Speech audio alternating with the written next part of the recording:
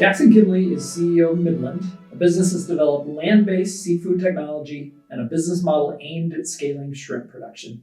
Using innovative algae-based recirculating aquaculture systems technology, Midland has now 3 contract farms raising shrimp in Iowa. Midland's farms are dedicated to quality, handling each batch from tank to table. We're in a series of podcasts inspired by the founders of the United States, and seafood played a key role in the development of the economy in what became the United States. Cod played a key role, an example of the development for what became the United States, being caught off the coast of New England and Canada with significant exports for centuries. Whaling was the deep history source of what today we call venture capital, and American founders like George Washington harvested fish as part of their farm enterprises. Jackson, thanks for being on the podcast. Yep, absolutely. So why aquaculture, Jackson? How did your interest develop? Take us through the origin story.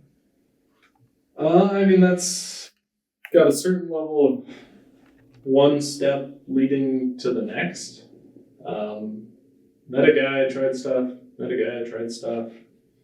kind of one after the other. So the basics of it is that got into farming lambs and doing feeders and working with restaurants and producing high quality products in white tablecloth restaurants through central Iowa.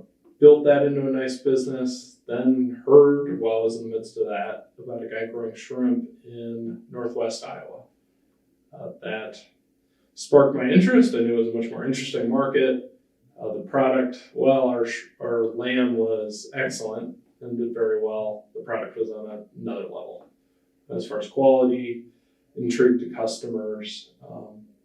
So that got me involved in the aquaculture space and kind of chasing it.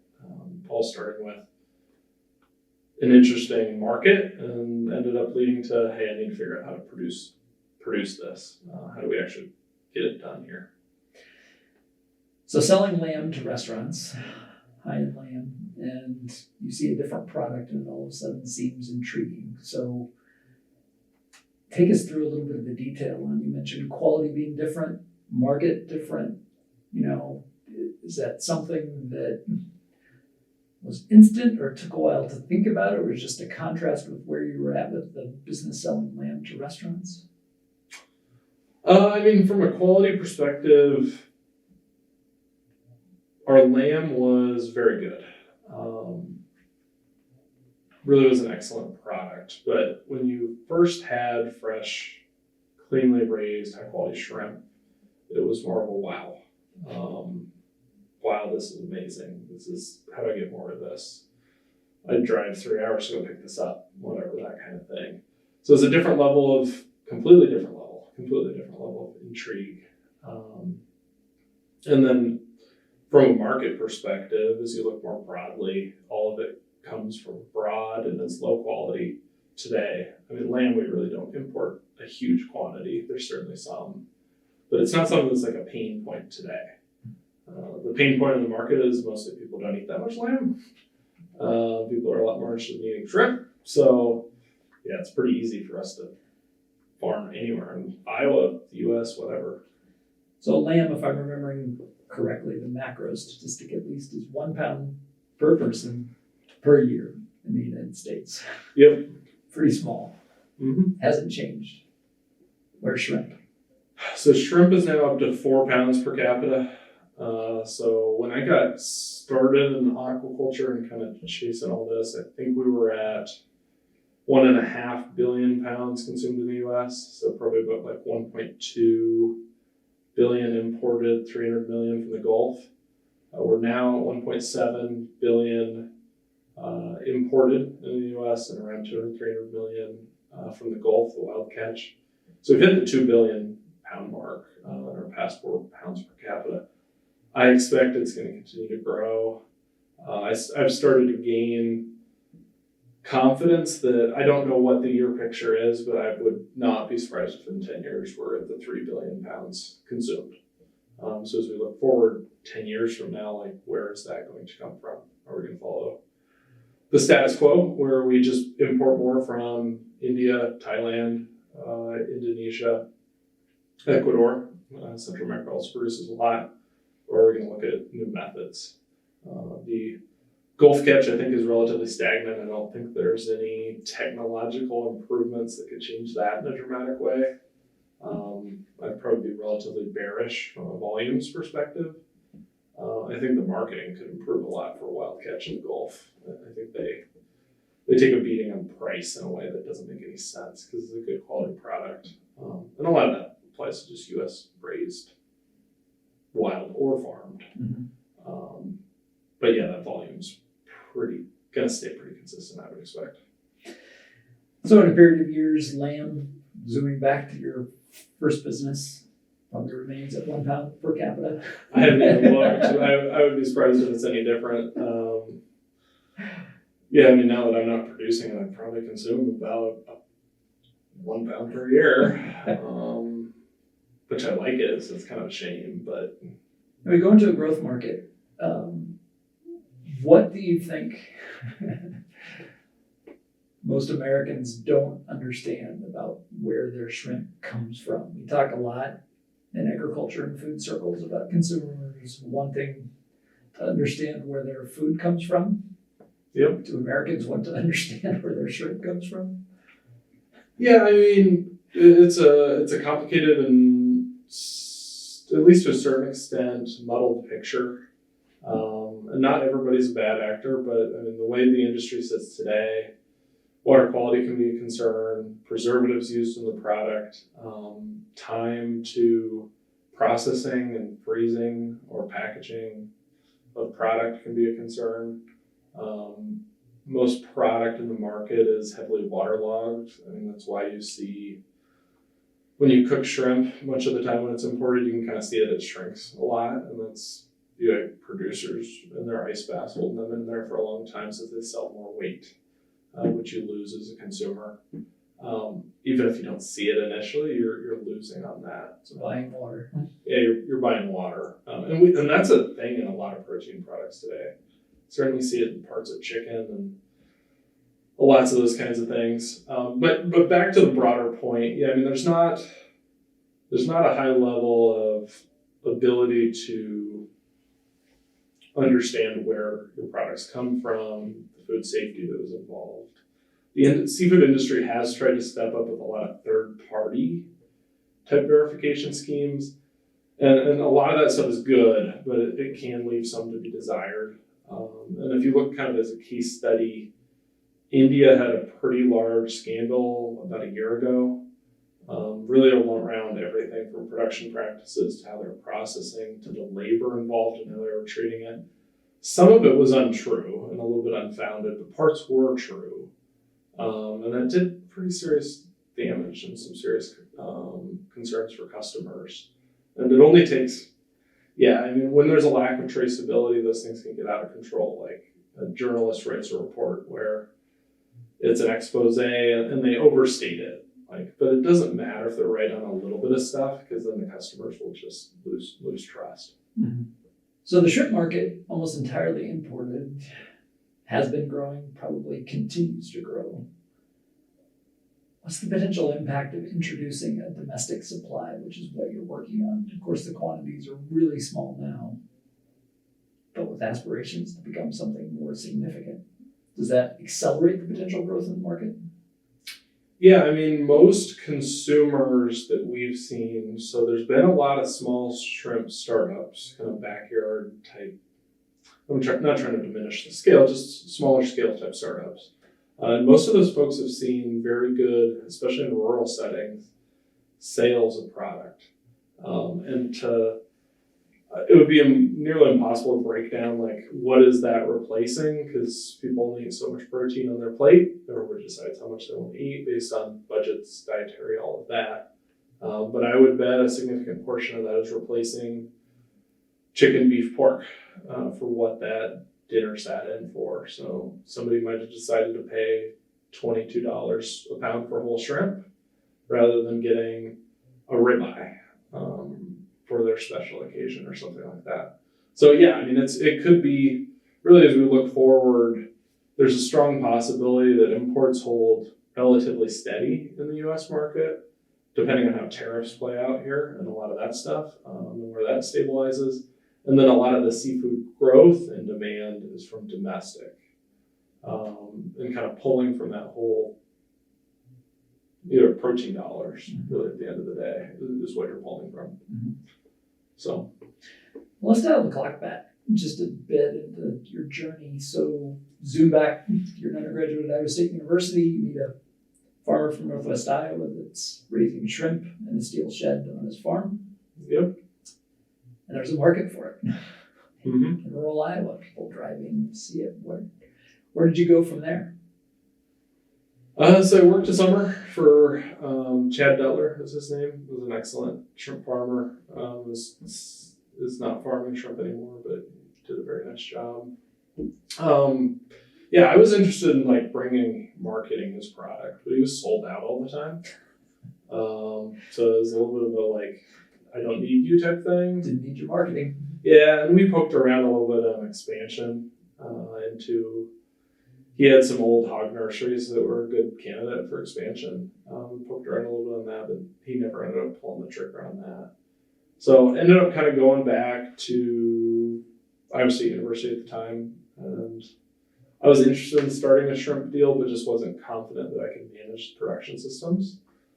The production system he used is the same as what is used abroad. So it's hyper-intensive shrimp production, and biofloc systems is the term. So it's a heavily aerated kind of combination of heterotrophic and autotrophic bacteria, which I'm getting in a little bit of complexities. But at the end of the day, it's like where you create this microbial community in the same water with the shrimp. And that can work well. It's just hard to manage water quality because there's no decoupled water treatment. It all happens in the same pond, tank, whatever the rearing vessel is. And I wasn't confident that it was scalable or that I could manage it. Like, could I grow them and keep them alive? I was like, I don't know that I could do it. I thought Chad was a way better manager than I could ever be. Mm-hmm. So didn't end up, at least at first, doing much of that. I guess then we kind of walked our way into a salmon startup, which ended up being a little bit of a deal, I guess. But kind of learned through that whole process. Importing technology from Europe is overrated, in my experience. Although in the Midwest we've taken a lot of technology from Europe or stolen with hog confinements and a lot of modern agriculture. But yeah, I kind of saw the complexities of where production systems sit today in aquaculture and the project management. So most facilities were quite large scale. So when you get to large scale, permitting is a different beast. Cash flow management is a lot different because you need to have a lot of cash in the barrel and it needs to sit and be really patient. Investors aren't paid that way. You got to be really cash flow positive when you finally get to cash flow. Because and we learned this from trying to do a large scale salmon project. A well-managed startup from ideation to to a functioning facility might be 4 years, like for a well executed. And that's a long time. And most aren't well executed. No, I mean, 4 years is optimistic, and then in salmon you have 2 years until you go from egg to 4 to 5 kilograms, so an 8 to 10 pound fish, and that takes a couple of years on top of it. So really a lot of those startups can be 6 years to cash flow, and that's really tough. It's especially what we saw. An interesting case study, I suppose, in aquaculture, right? You take salmon, you still today can go to most stores and buy wild kind of Alaskan salmon and whatever, but there's farm salmon. And so the end stages, at least, of that will be in places like Norway, Scotland, or in the southern hemisphere, Chile, where close to the coast, they raise salmon to harvest size and in these net pens, essentially. Have their own problems managing disease pressure, lice, sea lice, parasites, Yeah, sea lice is a huge headache right now. all kinds of things, but it's made salmon relatively accessible. And so, correct me where I'm wrong in remembering this story, but people started to create indoor salmon hatcheries, so creating indoor, but then to transfer those when the fish are of a certain size to those net pens. Yeah. And then experimentation started to happen with, well, can we actually just raise them all the way to harvest size indoors? Yeah, and that started probably the mid-2010s, those first facilities. We saw one of the first ones in Denmark in 2014 or 15, somewhere like that. Yeah. There's been continued efforts at that, but a lot of struggles with costs, effective management. Yeah, I mean, I think the salmon industry is in a lot, especially on land-based, it's in a lot different spot than shrimp. And it is a little bit smaller of a market, although most product quality is better. But the main reason it's a little bit of a different spot is there's established players growing fish for stocking in the ocean net pens all the way up to like 2 pounds. So it's not a huge jump to go from 2 pounds to 8 to 10. I think the challenge for the US is if it's built out by kind of startup companies, I think it's going to be really hard to keep the executive risk, execution risk low enough that lining up the execution risk and the investor returns is going to be really hard. What might be interesting long term is if the big boys get involved, so there's publicly traded salmon companies, if it gets to a point where the market's interesting enough that they will grow them all the way to market in the United States and actually build the facilities themselves, they don't need to provide the returns. So the time to cash flow isn't as big of a deal. It's capital, but it's not for them the same pool of risk capital, probably. Yeah, I mean, they're already raising, from a life cycle stage perspective, like they're already halfway there by time. They're raising them for like a year indoors and then a year in the sea cages. Yeah. So it's not a big jump, and the Norwegian companies have made pretty good earnings since the late 80s and the 90s and those cages, so that investor patience is just a different animal. Mm-hmm. But shrimp's more of the Wild West as far as land-based. There's not established players making money. Today, there's certainly interesting startups like us that are working on stuff. But shrimp's an entirely different animal because the product quality in the market is much lower today. You can find fresh, not the freshest, but fresh salmon at Walmart. It's decent. It's okay. You're not going to find fresh or a lot of high quality shrimp through most of the market in the United States in any amount. So zoom us forward to Midland. You're on shrimp now, but tell us kind of the origin story of Midland after you moved on from the salmon project. Yeah, so I was interested in, after being on the farmer side, so buying technology, I was interested in developing our own. And I kind of we weren't settled on shrimp. We actually kind of started thinking about salmon and trout.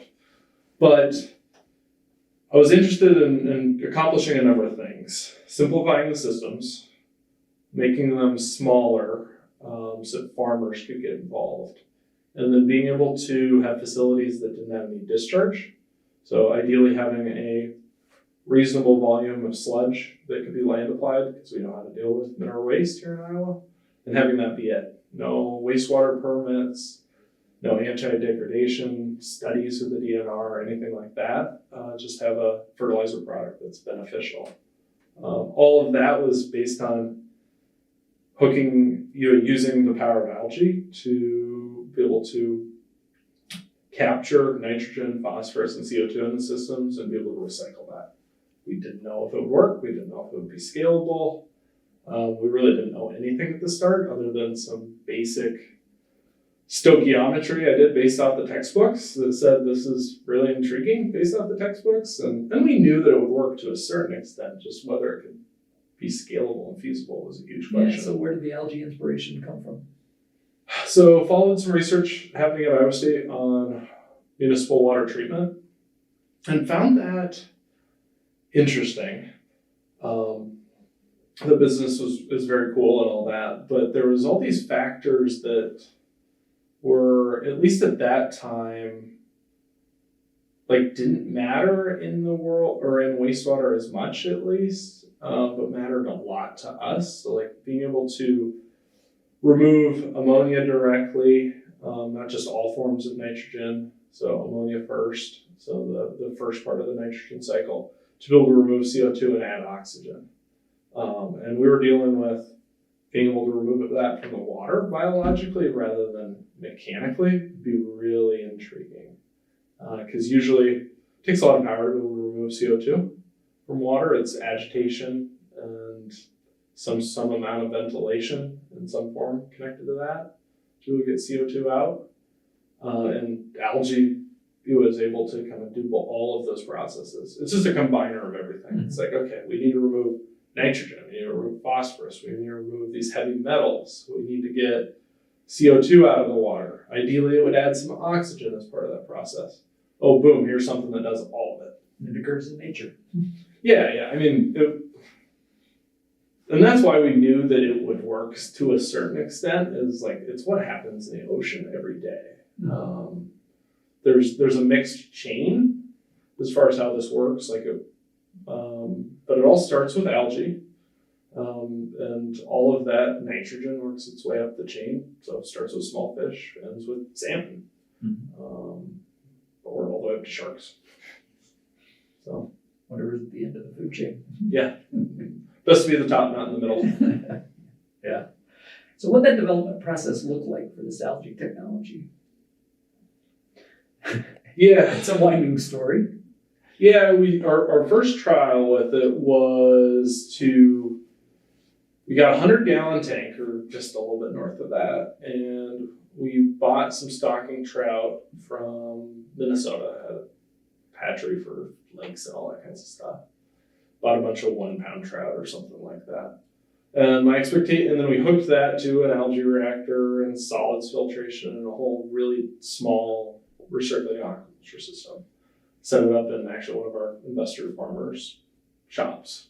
So right next to tractors and all that kinds of stuff, which is a very dirty prototype. I told the trout stocker, I'll call you back in probably a week to buy more. After we've killed the fish? After we've killed them all, and I called them back a week later to buy more because I wanted to push the system.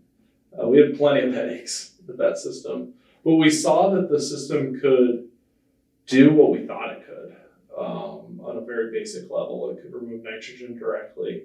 It could keep nitrate accumulation down, and it could be the primary source of degassing of CO2 and oxygen injection, which was at a baseline extremely intriguing. So used a system derived from another company here in the Central Iowa ecosystem, Gross Wine Technology. Yep. Got an indication that you were on the right track with algae and it could potentially scale, at least was probably all the better you could predict at that point. Yep. But we're able to harvest trout. Yeah. And did a big fry in the smoker. And it was good. It probably had some imperfections for sure on flavor and that kind of thing, but it was a start. All right. How from trout to shrimp? So we decided actually to do a trial up at the guy I had worked with in college. He wasn't producing shrimp at the time, but had an extra space. So contracted with him to do a research study. Built probably in some ways an even dirtier prototype out at his farm, but ended up harvesting a little bit over 200 pounds of shrimp. So it was a pretty good start, and the product was great that we produced there. And kind of did it on a pretty creative method, like having it all happen at his farm. And maybe we should have just kept leaning into that. We didn't end up doing that, but after that we were like, man, as we look at shrimp, this is intriguing. As a company, should we really think about focusing our efforts on the shrimp category? We really evaluated the salmon space and the shrimp space, and there's a few things that stuck out. So the first one was there was just a lot more competition in salmon. There's startup facilities going up. They're all large scale. We did believe, and I still believe, we could lower the size, but there's some challenges there. The processing and post-harvest is more of a scale effect. So with salmon, you need to get the guts out right away. With shrimp, they could be sold fresh on ice. You could sell 1 pound for $20. You could sell 1,000. You could do whatever. And from a getting it to a processor perspective as well, shrimp can go on ice whole, which is a really big deal for a distributed model. You don't have to pay for, I mean, even if you're only doing gutting of salmon, you still need to be FDA certified. So you're going to be a HACCP controlled facility, which includes, from an administrative perspective, from a capital perspective, that can be expensive. And it can be scaled down, but it's hard. Whereas in shrimp, we're like, well, we can put shrimp on ice in an insulated tote and it can go anywhere reasonable to either be marketed or processed. So you evolved with that model to a farmer contract model. Yep. That you started to implement. So you have 3 contract farms now beginning to raise shrimp here in Iowa. Yep. Can you talk about how your thinking evolved on that and how you eventually found your first 3 contract farms? Yeah, so we knew we wanted to get farmers involved and build out. I think being able to have the agriculture community do what they're good at, so providing, just like the swine and poultry industry is built out, farmers have provided capital and highly skilled labor from an animal husbandry perspective. And the integrators have provided kind of standardization. So standardization of genetics, of production systems, of market entry. Yeah. And we ended up kind of chewing on a lot of that stuff. And it's like, so how do we deliver this to our customers? And what's a realistic path with in mind that you're a startup company? And does your best to manage risk for growers, for Midland, for value capture. We ended up settling on kind of a hybrid approach. It certainly has similarities to an integrator, but the way we do right now, Midland has 2 parts to its business. We sell turnkey shrimp production systems. So we design, fabricate, install, and train growers on how to operate these. And we keep them all the same. So if somebody sees something in one, we can apply that standard to all of them. And from building them, you can build them extremely cheap and make money doing it because you're just building the same Legos every time. The second part of our business is essentially we're a broker of shrimp. So we go out and find a market for our customers' products. We simply charge a percentage of all sales. So right now that's just shrimp. That may include byproducts like shells and heads have some value as well. So at the end of the day, we're doing the same things like as a swine industry integrator would do. We are providing a production practices that are standardized and can be done by farmers. Number 2, we're providing market access. And those are really the key points that sets everybody up to be successful. Yeah, so I think back to some of the history behind the farmer contract model. It was probably an agricultural entrepreneur named Don Tyson in the broiler industry that developed it. Chicken consumption went from probably, anyway, it's a long story, but 25 pounds per person per capita to today, above 100 pounds per person per capita. Yeah. But yeah, improved genetics over the course of time, systems, developed branded products, so that farmers could be paid. And eventually in the 80s and the 90s, a somewhat similar model, not perfectly similar, but came to swine as well. So has it been a stretch for farmers to say, oh yeah, I get why this could work potentially for shrimp, or it could work for me. It might be interesting to me. Mm-hmm. Or did it click, at least for the first handful of people that are adopting the model? Yeah, I mean, there's a certain level of sexiness to the whole deal. So farming shrimp, at least as it's today, is intriguing for farmers. Like, folks want to be involved. I would say most people would love to grow shrimp, like leave out everything else.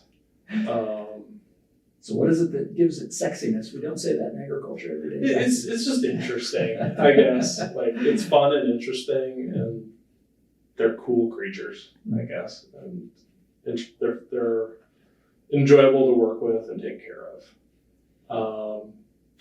The other parts, you get into a little bit of complexity. So farmers are very smart in how they evaluate things. So a lot of it comes down to, what is the potential returns and what is the risk, and how do I perceive that the risk is coming down as this technology is maturing. So the way we've kind of tackled that is by keeping the price down to start. So we started with rolling out in 2024 4 half modules, so half size systems. And we give a pretty good deal to everybody involved on those. So the sticker price wasn't so bad. Like, nobody had to put up their home mortgage or anything like that to get involved. So reasonable entry costs. Yeah, reasonable entry costs, and if it doesn't work, it doesn't work. For going forward, we're still, it's still a decent entry cost. So we charge $200,000 for full modules. And we've sold 3 of those in 2025. It's still, compared to the investment for a swine facility or a broiler barn, which would be more like $1 million and $2 million respectively. And I don't know what the layers are at right now, but that's a lot too. Those are big. Yeah, we'd like to get to a day where our minimum order, we'd like to stick with these standardized modules, is more like $1 million, but we're cognizant of the fact that the risk has to come down first. So that's really kind of the story of how do you get farmers involved early on in the technology. First of all, the future has to make sense, where you can see okay, we import 1.7 billion pounds. This is a growth market. This can be a good spot.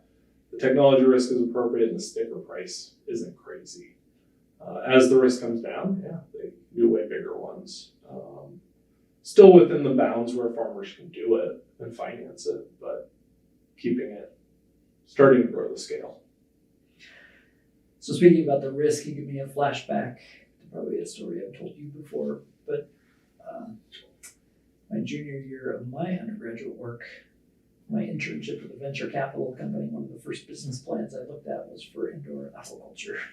So this would be 1987. But a doctor who I met in western Iowa, and his son-in-law was more the lead farmer on the project, had converted the manure spillways in a former pig facility to raising coho salmon. Mm-hmm. And they had sort of a reasonably big pilot. If I'm remembering, 60,000 fish were in. And they were going to market it to Denver in western Nebraska. So Denver was the biggest metropolitan area that was close. They developed some, at least, market beginnings there. Yep. And it was intriguing. And I believe we probably would have invested. I remember asking questions about risk. But anyway, 3 weeks before harvest, big old thunderstorm came rolling into western Nebraska and took out not only the power from the grid, but took out the backup generator as well. And there were 60,000 dead coho salmon by the next morning, and they didn't call us back anymore. I don't know what ultimately happened with them, but that was my first experience. Not in business to what I know, at least. So.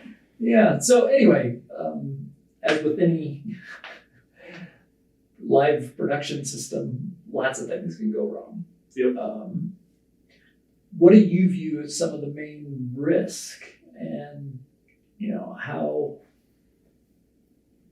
have farmers looked at those risks and evaluated those? Yeah, the number one risk still is dead shrimp. Mm-hmm. This is another reason why shrimp is so attractive. No matter how bad the disaster is, you're always 1/4 away from cash flow. So shrimp take 90 days of culture to market size. So they're very fast in the grand scheme of things. So you can always reload and reset. It could be more than 1/4 depending on what the problem is, if it needs serious repairs or something needs evaluation. But that concept holds, in a massive entire loss, you can survive it. You're 1/4 away. Any smart individual should have some contingency planned for those type of events. events. So that's always the worst. For our business, it's primarily around water quality. So maintaining water quality, keeping equipment running appropriately. What we've seen so far is things have worked very efficiently and consistently. You do need generators. You do need to think about what your contingency plans are in an emergency, blizzard, go down the list. I do think there's a factor to play for insurance as well. So our farmers are starting to put a little bit of time and effort into thinking about some creative solutions to get insurance plans that can kind of cover the extreme. And there's some options out there actually, which kind of surprised me.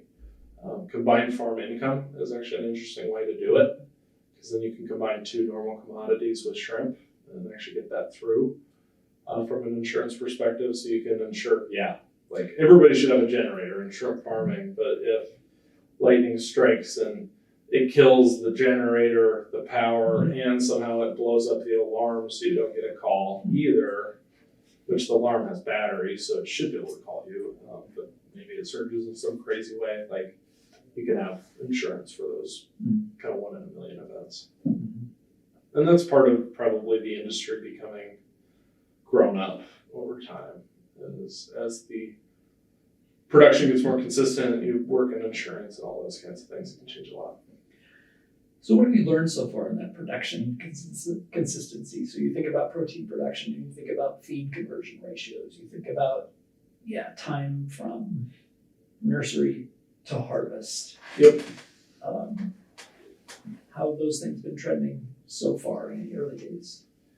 So every batch of shrimp that's been harvested so far has met or exceeded financial projections. We did project our farms to all start at lower production levels and to grow to full capacity over time. So certainly not didn't set a crazy high bar, but we've seen consistency so far. The systems have been reliable. They've worked as needed and provided pretty consistent water quality, even with some learning curves from a management perspective. I could not say the same about our R&D systems. Those were not consistent, not reliable, all of that. It took some time to work through kinks and grow up. Well, better to learn those lessons in R&D than on production systems. It's an interesting debate looking back. Should we have gotten the product in the consumer's hands earlier, into farmers' hands earlier? Maybe. Maybe we could have gotten to commercialization faster. But at least as I sit right now, I don't feel too bad about it, because we went late. We were able to survive long enough to get the product in the hands at the right time, where it was a consistent, reliable product for farmers. Try to avoid, the crazy events like water on the floor, all those kinds of things. So you're starting to produce shrimp. Yep. You're doing harvests in the hundreds. Yeah, hundreds of pounds. Yep. Soon to be thousands. Very soon. And so those quantities are very small compared to the 2 billion pounds of U.S. consumption that you mentioned earlier. Yep. How do you think about how the product will get to consumers' hands, how the market will develop, and kind of your role in developing that market for consumers to have a domestically produced shrimp in their homes? There's multiple parts. So there's processing. So that's the first step. So getting to a convenient product form. And there's shrimp sold in a lot of forms. So there's whole, there's head off, there's easy peel, there's P&D, which is peeled and deveined. Right now we're getting shrimp processed in the headless, so headless shell on, which has kind of been an easy first step. But we certainly could add to that as we grow. The next part of it after processing is distribution. And then finally after that, it would be food service and retail. So we kind of take those kind of one piece at a time. So the challenge and opportunity, I would say, in the processing space is we really don't process much shrimp in the United States, especially in the Midwest. Like we process shrimp down south, that gets packaged up and all that. But there's Close to origin. yeah, and you can talk to seafood distributors around here. They move millions of pounds of shrimp, and you'll be like, how much shrimp do you process? It's like, well, we might repackage this here or there, but there's no processing. So that's a challenge, and you need to have the right partners to be able to accomplish that, who are willing to get involved early, and it will start as kind of expensive. And then prices can come down with adding automated equipment, scale, volume, all the normal stuff. Learning that happens. Yeah. Doing something new. Yeah. And if you find the right partners, like we're lucky enough to have excellent processor from a partnership perspective. While they don't process much shrimp right now, their owner is very familiar with the entire industry, from production to processing to distribution. So they're in a very good spot to help us. The next part is distribution. So it kind of depends on the retailer. Some retailers own their own distribution. You may work through some of the seafood processors for distribution as well. So being able to get the product to market efficiently. And then finally, there's the conversation around food service and retail. It sure looks like, based on what we've seen so far, is that this product, at least at first, is going to fit much better in retail than in food service. That's probably a function of like chefs are squeezed from the opposite direction. So a typical retailer markup will be 30% for a frozen, low shrinkage type product. A restaurateur needs their food costs to be 1/3 of their plate cost. So they're opposite, actually. Mm-hmm. It's 1/3, but just opposite directions. Mm-hmm. So in premium market opportunities, especially in the Midwest, where you have less of the ultra fine dining, price can be a challenge at some spots. We will sell into food service, just not as much. So yeah, I mean, getting into retail, getting the right retail partners, and then getting the word out. And that's probably the final part, is the marketing. So people need to know about it. The nice thing is it's relatively easy because it's just a nice story to get the word out from a press perspective, from a marketing perspective. Whatever you put effort into kind of has this natural amplification. If you were just trying to say like, hey, we've got prime ribeye or prime beef, like it's like many people are saying that. If you go out and say, we've got Iowa grown shrimp available at X retailer, you're the only one who said that ever. Like, I'm slightly over exaggerating. People have farmed shrimp and sold to retailers, but not much. Not much of it. Yeah, I mean, it'll most likely be the first time somebody's ever seen that story. So that's how you get people to get it for the first time. And then, yeah, I mean, then there's all the product attributes that go into getting somebody to. A retailer can be excited, but they need to pick it up off the shelf. So label design is really important. We really believe having our product having superior color. So ours is blue. Should look very blue in the case when raw, and that will turn extra red when cooked. Where does that blue come from, and then the red after cooked? Yeah, so all shrimp has color in it that originates originally in the supply chain or in the food chain from a color in algae, actually, that works its way up the chain. For us, we have superior color due to a few factors with how our production systems are set up, excellent water quality. Them being able to eat natural algae in the system provides a lot of color as part of their diets. So it's kind of, yeah, all of our stuff combined results in premium there. So the algae that consumes the waste products. Yep. Just through the flow of the system, recirculates. Yep. So it ends up back in the tank with the shrimp, and they're actually consuming some of that algae as part of what they eat. Yeah, so 2/3 of our water coming back from the algae tank is sent directly back to the shrimp tank for them to consume. 1/3 is filtered for fines, and that happens kind of on a constant because our water is constantly filtered. So a significant amount of algae shrimp have a chance to eat, and that enables us to The primary thing at first is just product quality, having a superior product. Over time, we want to be more efficient with resources, so improve feed conversion ratio. So at the end of the day, we're recycling nitrogen. The nitrogen waste that the shrimp excrete into the system gets captured by the algae and turned into a more natural diet. Like that's what shrimp eat in the wild. And that's why some people have commented that we've got closer to a wild taste than any farm shrimp they've ever had. So talk about that taste and quality from like an eating perspective. How do you or how do those, and I have to, consume it? What's the eating experience and why is it quality? Yeah, so we just did a taste panel with one of the larger meat manufacturers in the United States. That's a Midwestern-based company, and I can just lean into what their panel said. The typical farm-raised shrimp that they got was less color, rubbery, more chewy, and relatively bland. Didn't have a lot of sweet flavor. The product that we had was very blue when raw, more red when cooked, very tender, and a nice almost flake to it as people ate it. And then we had kind of a mineral seawater flavor, along with being very sweet. So it was, superior along basically every attribute to what they got. And they just got like a standard imported farm shrimp for their comparison study. So yeah, we're trying to lean into two things. Like, number one, we want it to stick out on the shelves, blue color.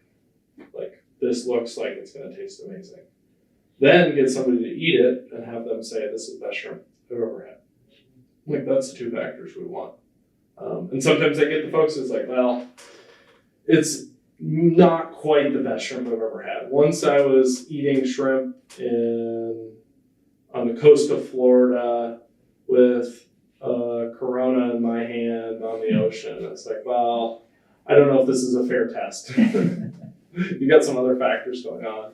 But I mean, that's what we want. Like, we want a product that's comparable in quality to the special occasion when you go on vacation to Florida. Like, if it's comparable to that, then we've already won. Well, how might this product fit into overall American food habits and how those tastes are changing? You know, we see growth in demand for localized, understanding where food comes from, things with special attributes. Yep. What some of my friends call story meat. Anyway, just stuff that has a really interesting story, whether it's production method or the family that produces it or the place that produces it or the breed of the animal or whatever. How do you think Midland shrimp fits into that kind of emerging story of food consumption? Yeah, I mean, there's a driving factor around seafood consumption in the younger generations. So millennials eat more seafood than the prior generation. Gen Z is going to be along the same lines. I would suspect that the generation after will be the same thing. More seafood, more premium protein products as well. We fit into, a number of spots. And that's why we actually have to be a little bit focused from a marketing perspective. Like, we're just focused on marketing that it's high quality, it's Midwestern grown. We're really just leaning into those two things. You could make an argument that we've got a pretty interesting carbon story. Our farms, when you take into account the feed efficiency, the fact that our systems capture carbon naturally, and then start to look at the power consumption is probably the main factor when you think about shrimp production and the mix of regenerative power. Two of our farms, it looks like their power mix is going to be on net 100% regenerative. So you could use solar to power the shrimp farm.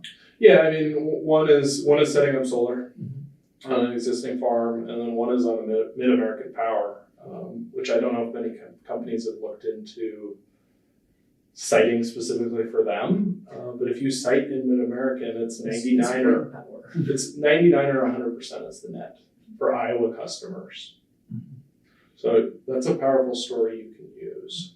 So we're combining, there's probably three things anybody has to think about. The in carbon intensity, the feed input, so we use very little feed, so because feed has carbon intensity, the production system, like how does that work? So that could be around manure management and more traditional type stuff. For us, that's more around the energy and some of those things. And then, what does the rest drive? So. Let's talk about the state of indoor aquaculture today. The story that you fit into, again, I told the story from way back in 1987, dealing with the small scale entrepreneur trying salmon in a big facility, and that didn't work. Yep. Lots of experiments, whether it's shrimp or salmon or trout or anything else. Most things haven't worked. Mm-hmm. And that's part of the challenge to you, I know, as an entrepreneur. Yeah. Is putting the system forward, and potential investors, whatever, looking back at you like, well, why do you think you could succeed when nothing else has? And anyway, so far, so good for you. But how do you think about kind of the state of indoor aquaculture, where Midland fits, kind of where it's going, what the trends are? And, like everything entrepreneurial and new, it doesn't work until it does. Yeah. And you hope we're getting closer to that day. Yeah. Or more entrepreneurs are anyway. Yeah, I look at aquaculture and the baseline technology that's being used for, I guess I'm zoning in on land-based, not ponds or ocean net pens, but land-based specifically. The key technology pieces are all the same as what was rolled out on the first eel farms in the 80s in Denmark. So using mechanical drum filters, using moving bed bioreactors with nitrifying bacteria to turn ammonia into nitrate, using kind of these standard sets of CO2 degassing and oxygen injection. And everything's like improved incrementally and gotten more efficient, but it's also gotten more expensive. So I kind of look at the whole industry as like, are we gonna like think about ever doing anything new? And rethinking things because it's just like, we're gonna do the same thing over and over. And I would argue the firm that's had the best success in the United States is the one that just used the exact same design that's been done at the main research hub since the early 2000s in the US. And The Freshwater Institute. Yeah, Freshwater Institute system. And it's like the fact that they're doing the same exact thing that was developed then, maybe that just means there's some good engineering principles behind it, but like you'd think there'd be some radically new concepts in the space. So we're still sitting in a like expensive to build, complex to run, not a lot of like game-changing innovation. Like there's interesting stuff like software and AI is playing a role. Companies have rolled out like cameras that can see uneaten feed versus turds. And all that's really cool, but like on the actual hardware, it's like, how do we rethink the whole platform? Because it doesn't have to be crazy expensive. I don't think. Certainly think we could get to something a hell of a lot more interesting. I don't know why it's the case, but with almost any technology, the pathway to something that's simpler, better, faster, cheaper, kind of goes through this phase of like complexity and lots of parts and expensive and complicated and prone to failure and whatever, before it gets back to a more streamlined kind of system. Do you think you've arrived at that?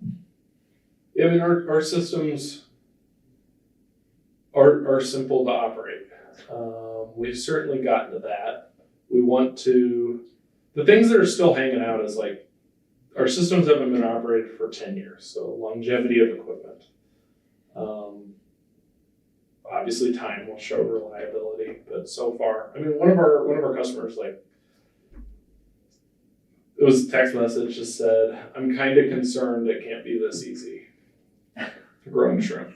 And I think that might be an overstatement, but he's kind of seeing the basics and like the systems are easy to run. The main thing that most people might be most important for growers is knowing your emergency protocols. And that's a lot of like what It's a lot of our work is when this doesn't work right, you follow these steps. And if we can keep the systems consistent as far as design, then that can become more standardized.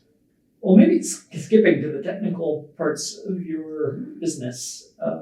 Your CTO, Matt Ellis, has been an important partner in this whole process, obviously. There's sort of that classic model for how investors think of investing in a technology-based business. You want the strategy, visionary, communicator part of the team.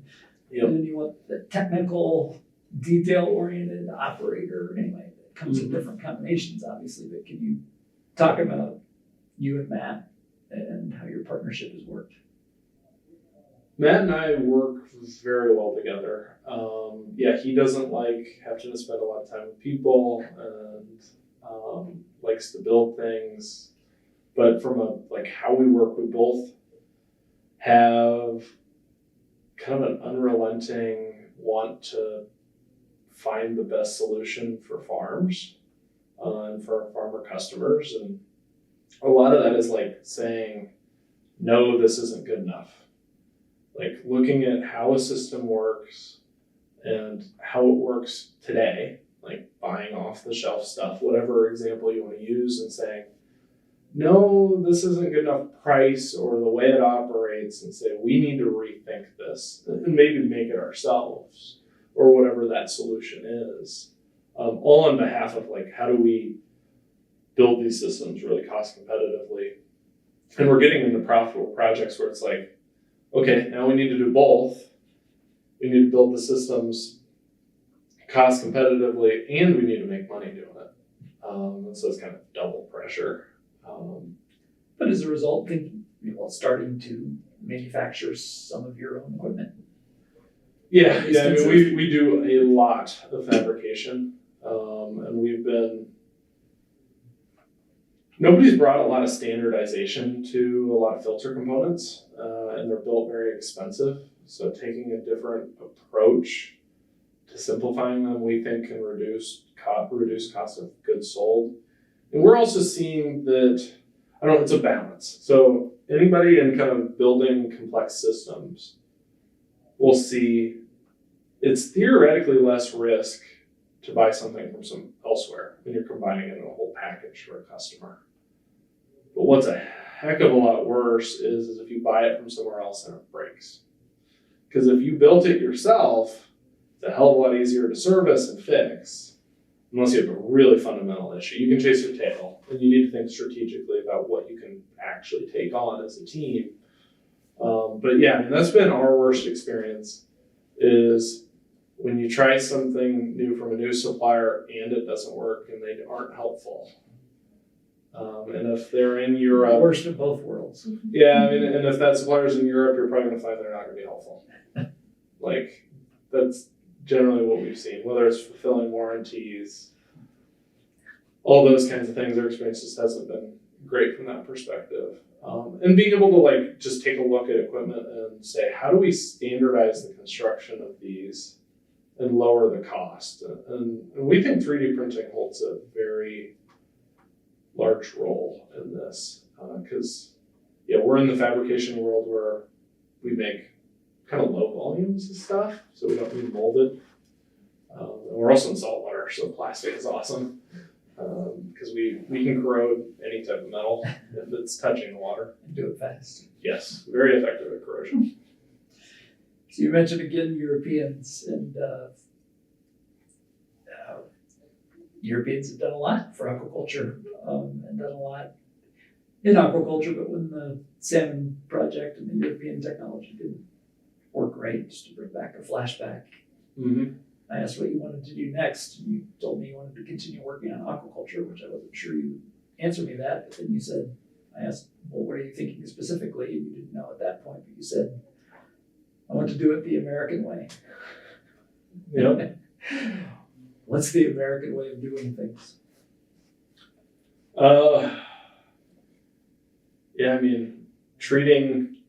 Treating it like you're producing food. So being cost competitive and scalable. the people aspect was a big part of it, like troubleshooting with your customers, figure out what you need to do. Yeah, I mean, at the end of the day, if you look at like U.S. agriculture, we found a way to scale and tease out cost over time in every industry. Aquaculture is the last one. Like the only spot we're efficient is wild catch, and we're not getting any more of that. Getting less most of the time. Yeah, I mean, as volumes drop, I mean, those lose efficiency as well, because it's a little bit of a volume game too. Yeah. Well, when I'm interviewing entrepreneurs and founders, Jackson, I have 3 just last questions just to wrap things up. The entrepreneur's ethic is about how entrepreneurs like you make decisions. So go through these as rapid or as not as you want to. But what's an example of a practical decision you've made that in hindsight is important or was important? Deciding to work with farmers, like we decided in one of our early board meetings that we wanted to build it towards going to farmers and deploying through farmers. And I thought at the time that it was actually a pretty early decision to decide we were going that direction, and that we were getting the cart a little bit ahead of the horse. But we weren't planning to offer it to farmers or anything at that point.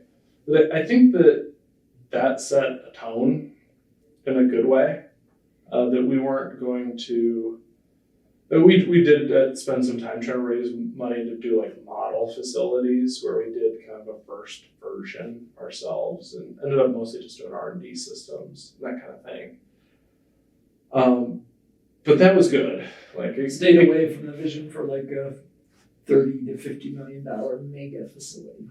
Yeah, I mean, I don't think we ever had an eye on something that big, but we had our eye on like kind of some in the middle at times, very early on. So it kind of worked as a compass, I guess. It kind of steered us towards what could this look like with customers. And there was a lot of details that changed over a few years of working on the systems. I don't think we envisioned a $200,000 system. I think that's probably cheaper than what we expected to roll out to customers. I think we expected more like $1 million type system. And yeah, so good progress, I guess. Yeah, so from a practicality perspective, the second and the former contract model is capital efficient. Mm-hmm. You're deploying some of their capital. But tell me if my observation is wrong. And again, we're in the early days of you having these contract producers, but it looks to me like you've created a mutually beneficial system of learning. Am I looking at that and observing that in the right way? Yeah, so that's, I guess we haven't talked about that. That's what's really intriguing in shrimp. So everything's young. The genetics in shrimp is a lot younger than even salmon.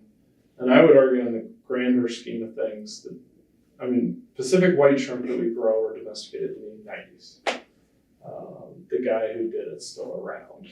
Or one of the guys that was part of that group. I shouldn't say the only guy. So it's a young species, but what we can see is that we now have 4 different farmers as part of our network, with the new ones we've got under contract for 2025. We can share.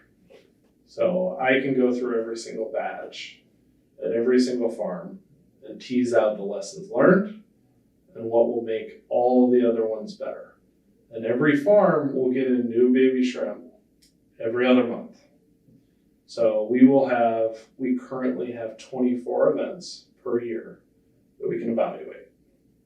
And that will be going up very quickly to more.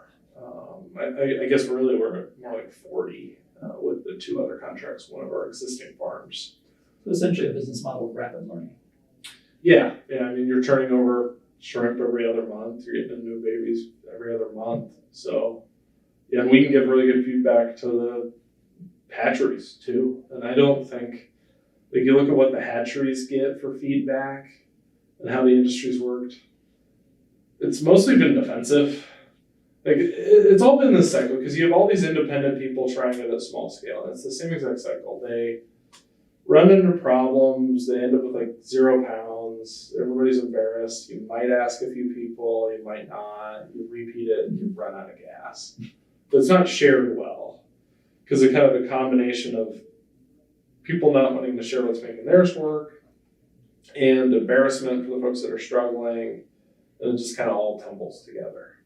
But if you got it where everybody's working together, or at least you have somebody who will force everybody to kind of pay attention to what the other one's doing, and we can be a conduit to make sure that happens. And that doesn't mean every grower we have will have the same level of success, but I would like our least successful farms to be moderately successful. Like, that's totally our goal. And hopefully the highest performers are going to the moon. All right, next, Jackson, what's an example of a principled decision you've made that in hindsight was important and impactful? We worked through some key decisions around, and maybe this is technically principled, but it's a little bit of both, around key parts of our technology and partnerships. And there were certain challenges to that, both technically and working out things from a people perspective, but being able to keep a little bit of a longer term vision from both of those is really quite helpful. That kind of makes it easier to work through, to think, having things make sense for business partnerships, all those kinds of things, and applying that same thing to the technical, like having a little bit of a few year picture. It interestingly applies to both. If you have a little bit of a time horizon to it, and you do what makes sense with that time horizon, and you don't blow things up like completely in the immediate, then you set yourself up in a decent spot. Yeah, I think you bring up an important point about timelines. Yeah. It's easy in an early stage company, and oftentimes necessary, to think in very short-term chunks. You have to with cash flow, Yeah. at least to a certain extent. Yeah, you run out of cash, you're done. Yeah. But developing a technology is the same thing. It's like, well, time is money. Mm-hmm. Do we want to go for the longer time horizon with the technology development? We think it might work, but can we get to the finish line? Yeah. You took the longer term bet. Yeah. And then you have to make sure it lines up with people, partnerships, all of that stuff, and the complexities that can sometimes come with changes. Yeah. Well, next, what's an example of a weird or whimsical decision you've made that in hindsight was important? One core piece of our technology was an experiment in a greenhouse where I did something, I'll have to leave out a certain amount of details, but I did something that two people told me was dumb, and it kind of was dumb, but that led to Matt coming up with an invention that's key to the technology we grow today. Because he looked at what I'd done from just a small bench scale experiment with our algae technology and said, well, that's not interesting, but if I did it this way, which was a lot different, it would be like way more interesting. And we use that today. So yeah, it was $8 on Amazon and tossing it in there without a lot of thought into a bench scale experiment. So, weird prototypes or dumb prototypes lead to better prototypes. Accidentally sometimes. We've had a lot of prototypes that lead to just a waste of time, but yeah. And that's been, the whimsical, that's what we need to throttle on, and it's sometimes a challenge, is throttle on the whimsical experiments, because there's so many things. We're in a complex business. You could make an R&D list of things that would improve our technology in farms, and you'd go through cases of beer before you even got to the end of the list in 30 years. But we got to take on one. Got to prioritize and execute. Well, Jackson, thank you for sharing. So your website is midlandseafood.com. Yep. How else can people that are interested in learning more or want to get in touch with you do so? There's a contact form at the bottom. If you fill that out with a note and email or phone number, it goes to me. So we're a small team. Okay. All right. Thank you. Thank you.